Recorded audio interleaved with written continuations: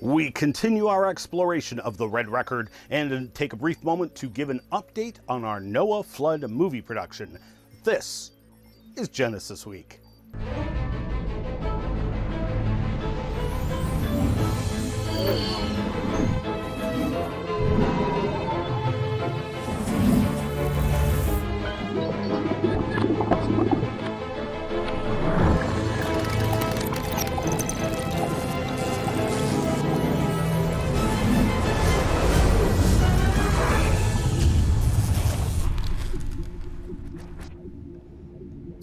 And a welcome to another episode of Genesis Week, the weekly program of creationary commentary on news, views, and events pertaining to the Origins controversy, made possible by you, the supporters of Core Ottawa, Citizens for Origins Research and Education. Excellence in pirate broadcasting, coming to you riding the carrier waves of the Miracle Channel right across Canada via cable and satellite. We are also being carried down in central Michigan on GNS TV, all around the world on the Genesis Science Network, and of course on the internets, on Rumble and on YouTube. Remember, if you get lost in cyberspace, you can find us at genesisweek.com or on my Rumble channel or on YouTube at wazulu.com.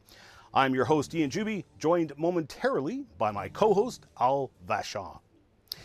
Today is Monday, February 19th, 2024. In just a moment, we are going to pick up where we left off in our previously recorded live stream, continuing our examination of the Walam Olum, otherwise known as the Red Record.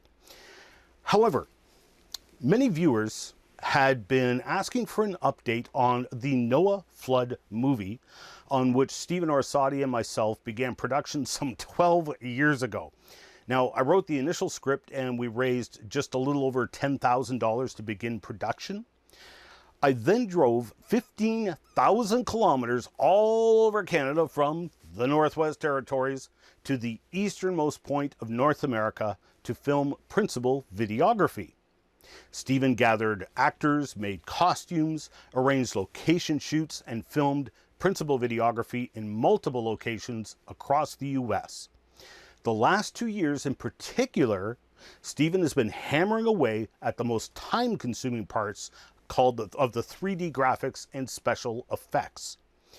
This past week, he had 2 limited preview screenings at a theater in Minnesota, and we gave a private screening to our biggest supporters.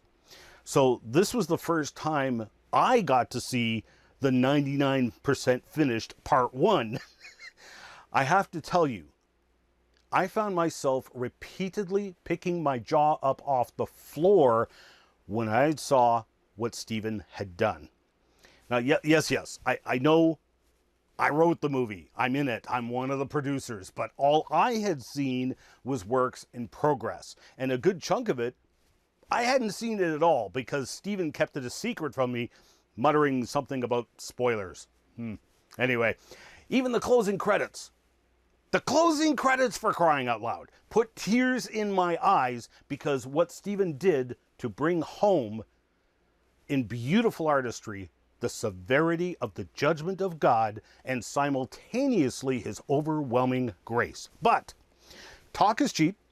I want you to see it for yourself. So please be invited for a live stream limited preview of part 1.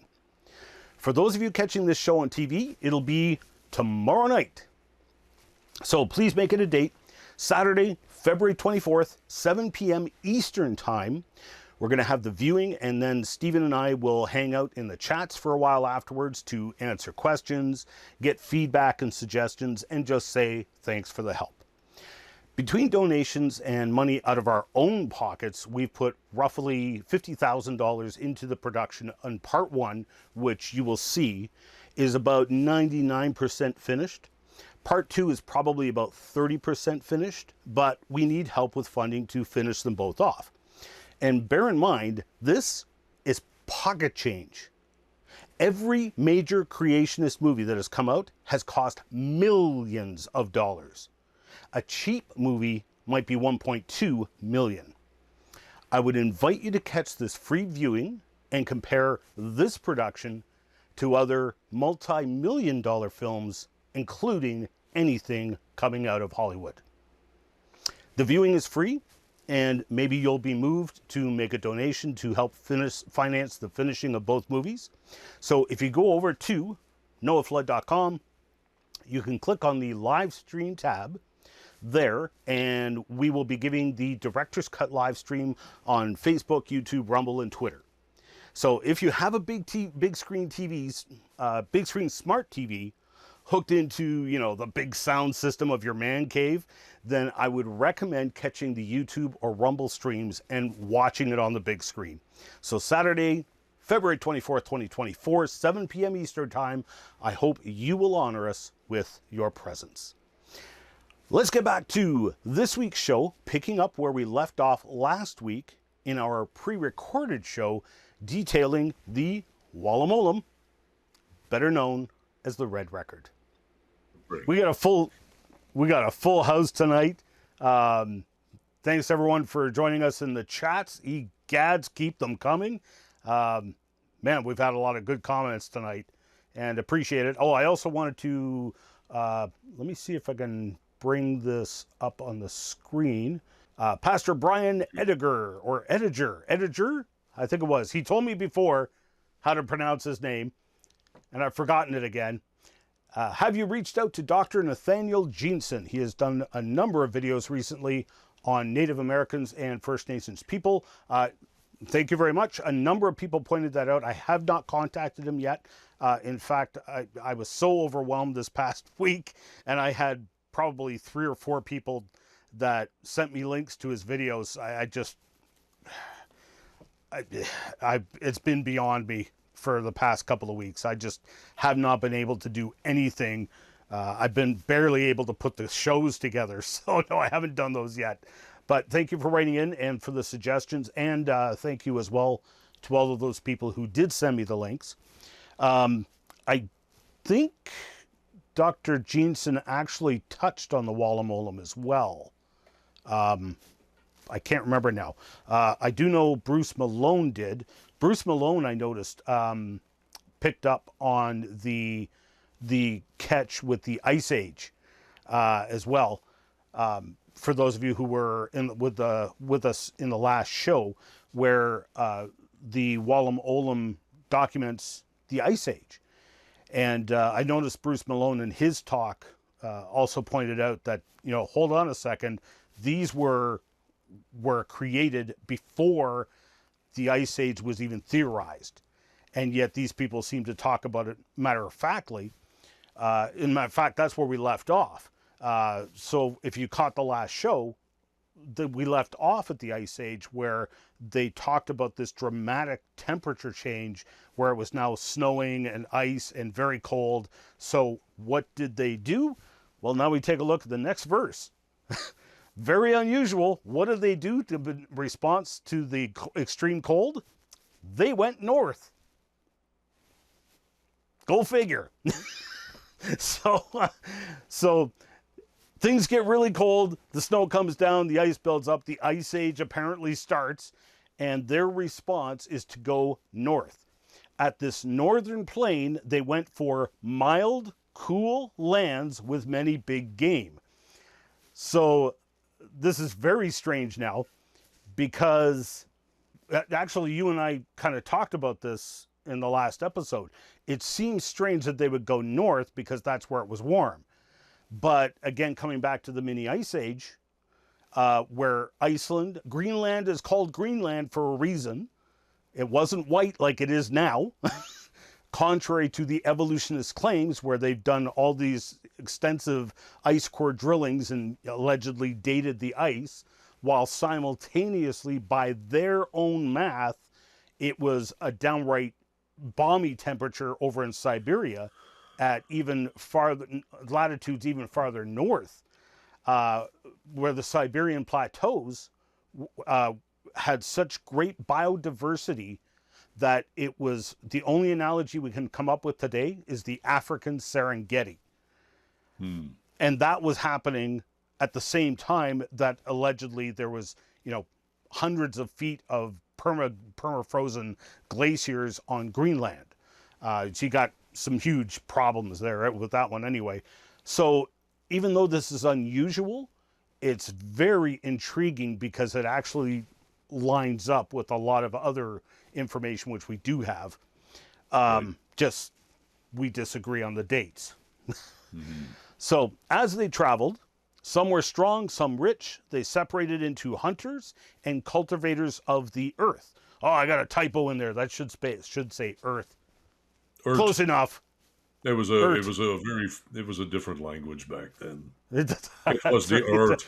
It was the earth. It was cultivators of the earth. Yep, that's the Ottawa Valley accent coming in there. There you go. The strongest of all, the best of all, the purest of all were the hunters. The hunters explored north, east, south, and west, all directions. In the white country, the northern country, the hunting country were the turtle men, the Lenape. Now here's where it gets a little strange, and I got to be honest with you, I struggled with these translations a lot because of this word snake again. Is it a snake or is it a serpent? It was almost always used in conjunction with something else like Snake Island. So anyway, this is what I came up with. So we'll just go with it. It is an Indian story-told legend. So we got to bear that in mind.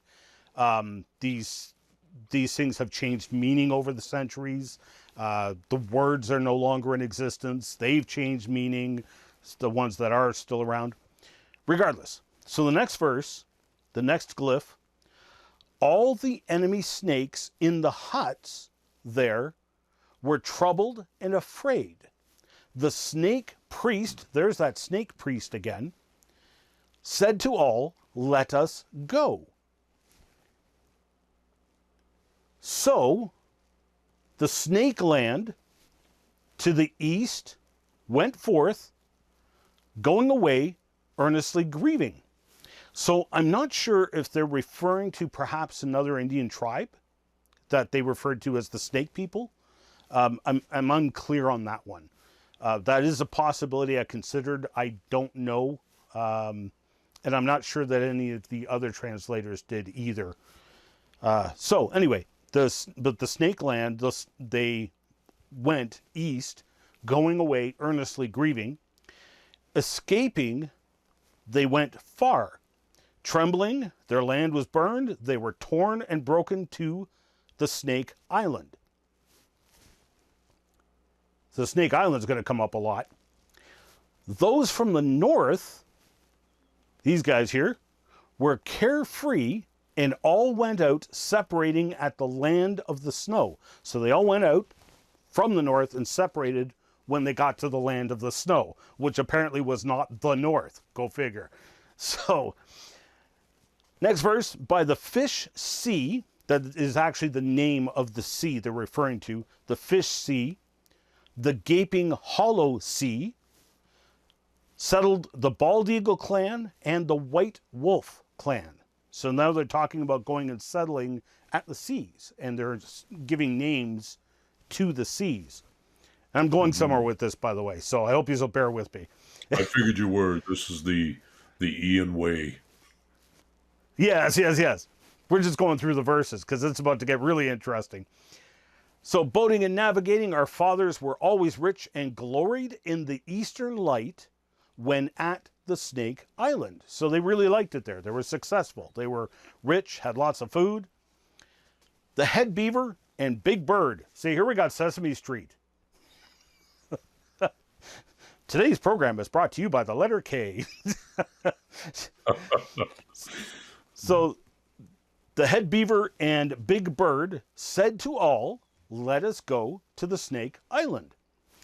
Now what the Snake Island is gets very interesting. Their allies all said they would go along to kill and annihilate all enemies. So they're going to go to Snake Island and their allies are going with them, and they're just going to kill everyone who opposes them. The Northerners agreed. The Easterners agreed. Over the frozen sea was where they wanted to be. And I think all of the translators agreed on that one. On the wonderful, slippery water, the stone-hard water, they all went on the great tidal sea, the mussel-bearing sea. Oh, I got another typo. It's not mussel-bearding. It's mussel-bearing. Mussels, clams, shells. But if you take a look at the glyph here, you can see here they are crossing the frozen sea. There's the glyph for the sea. Mm-hmm. There's the two shores, the lands, and here's the people walking across the solid sea. Now, which sea would that be? Well, there's really only one, as you'll see. See what I did there? Yep, I got you. Yeah. I think okay, cool. I think all of our viewers. At least somebody got it. Okay. So get this. This frozen sea that they crossed, 10,000 crossed in a single night. They crossed to the Snake Island, to the east, by night in the dark, much walking, everyone together. So what on earth is this Snake Island off to the east? The men from the north, east, and south, the Eagle clan, the Beaver clan, the Wolf clan, the best men, the rich men, the women, daughters, and those with the dogs. They all came to settle in the evergreen land. The Western people reluctantly came there, for they highly esteemed their old home at Turtle Land. So they went there, not because they wanted to, but they kind of had to. They would have preferred to stay back. But again, all these glyphs depict land separated by a sea, which they walked across as frozen. And apparently, this is the Bering Sea, the Bering Strait. Or the Bearding Sea. The Bearding Sea, that's right.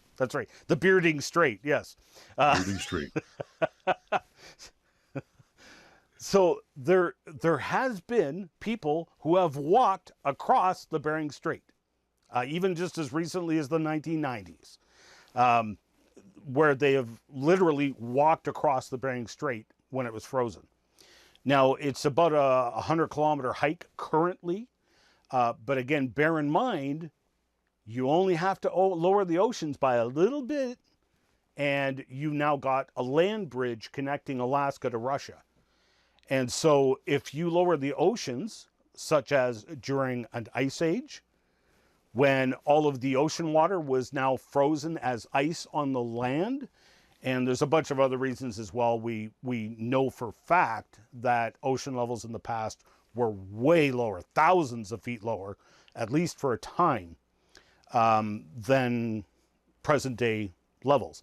Because if you go under the oceans, there's entire islands that are now submerged, and they have been planed flat across the top by wave action. And they call them table mounts. And some of these islands are literally thousands of feet underwater now. And they've been planed flat by fast moving water. So we know for fact that the ocean levels were lower at least for a time. Was it during this time? You don't even have to lower it 300 feet. If you lower it even like 100 feet, then now suddenly you've got a land bridge the majority of the way across the Bering Strait, and really they're only walking a short 15-kilometer stretch or so on the frozen Bering Strait. So very, very interesting and fascinating. And the only reason really people would reject this is because it defies conventional timescales. The only reason they reject it is because conventional evolutionary timescales, such as, for instance, one of the first things they go to is the Greenland ice sheets. Oh, we've got all these ice cores that we've positively, absolutely dated to, thousands to tens of thousands to millions of years old. I say hogwash, and we won't get into that because that's off topic. But this is only rejected because of conventional evolutionary theories. And some might say, oh, there's no evidence. There's no evidence that they migrated. Hey, There's your evidence. When we did the show several episodes back on the flood, you mentioned, I asked you a question about what's some evidence for Noah's flood that comes to your mind. There was one in particular I wanted to ask you and wanted to bring up before we started the show. Do you remember what that was? It related to the natives. Oh, you'll have to refresh. I've got a list. It was. You had a long list, actually. Yeah, and I was still impressed. have I the remember list, that. but I'm not sure which one you're referencing here. So, which one were you referencing? So basically, the legends, myths, and historical records around the world, especially the First Nations of the global flood, which of course we just talked about. That's a powerful evidence for a worldwide flood. This I would contend is powerful evidence that the Lenape did migrate across the Bering Strait over into present-day Russia. Yeah, equally powerful would be the first-hand accounts. And, we can go with world narratives and world views and so on, things that are written in your textbooks and so on, but without actual empirical, irrefutable evidence. Where this, to me, is first eye, first witness accounts that have been documented that they've done so. So I would take this as evidence over any textbook stating otherwise any day of the week.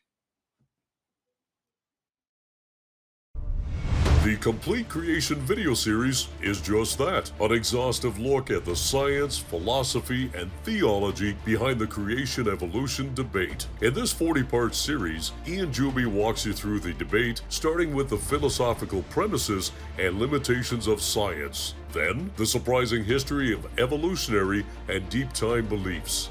You then walk through the evidence for creation from biology, geology, physics, paleontology, and archaeology. Chances are, any questions you have about the creation-evolution debate is answered in this video library.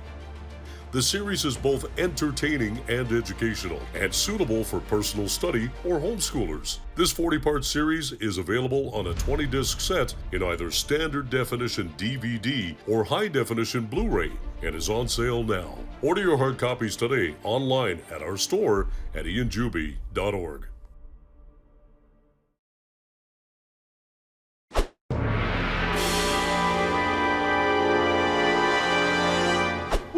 Mail for me? Ah!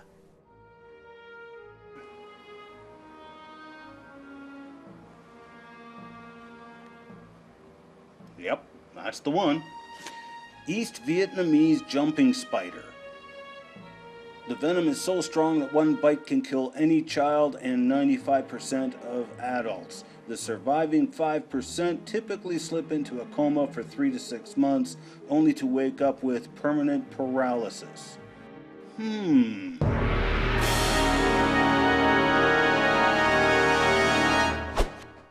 Let's go to George Bond. What if he's related to James?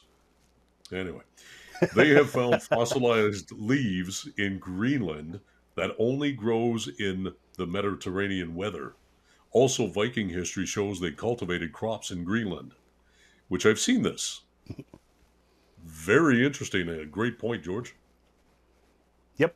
Thanks for the comments, George. Angry squirrels meme Smiffy. So a lot of volcanic places in the north, left over of the breaking of the crust and fountains of the deep, still lots of thermal vents and etc. Which is true.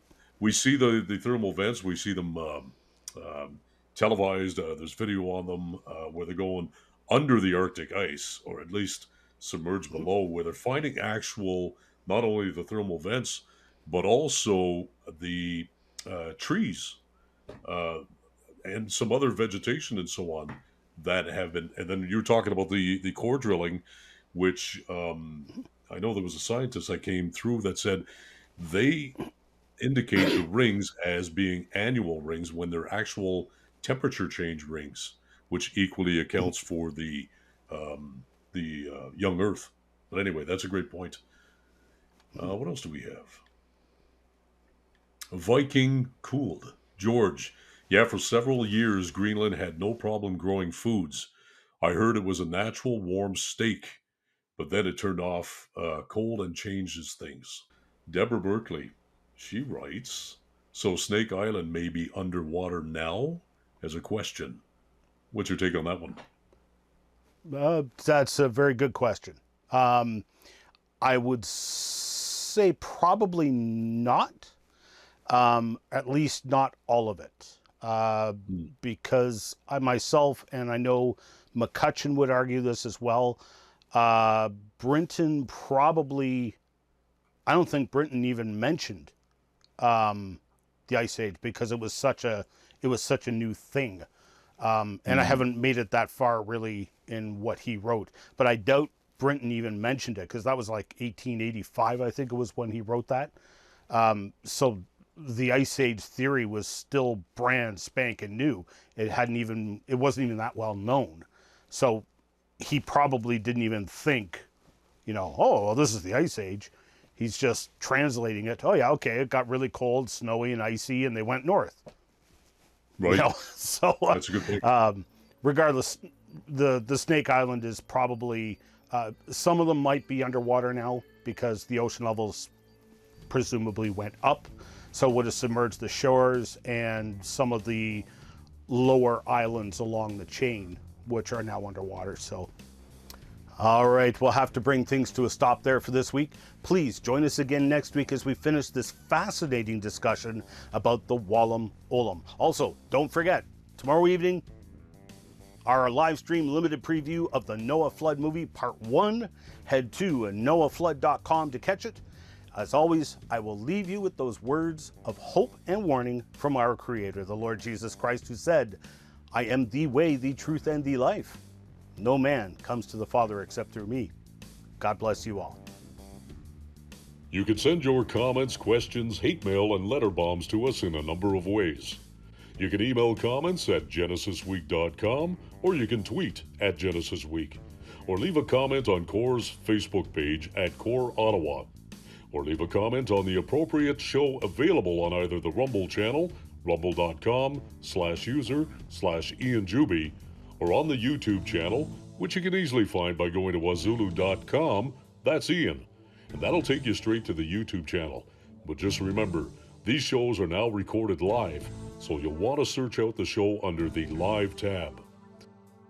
We need your support to keep this program on the air, so please pray for us. And if you wish to financially support the program, Canadians can make a tax-deductible donation via PayPal online at ianjuby.org/donations, or you can mail a check written out to CORE, Canada North, Post Office Box 72075, Ottawa, Ontario, Canada, K2K 2P4.